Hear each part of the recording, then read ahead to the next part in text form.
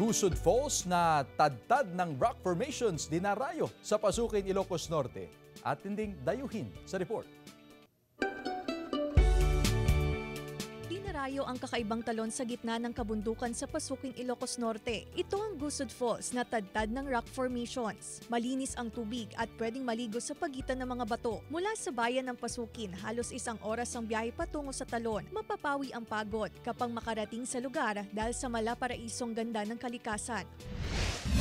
Sa Dumalneg, Ilocos Norte naman, isang irigasyon ang patok na pasyalan. Mistulan kasing swimming pool at malinis ang tubig na galing sa ilog. Kung hilig namang mag-dive, pwedeng-pwede at katamtaman ang lalim ng tubig. Kakaiba ang adventure sa paliligo dahil palayan ang nasa paligid nito.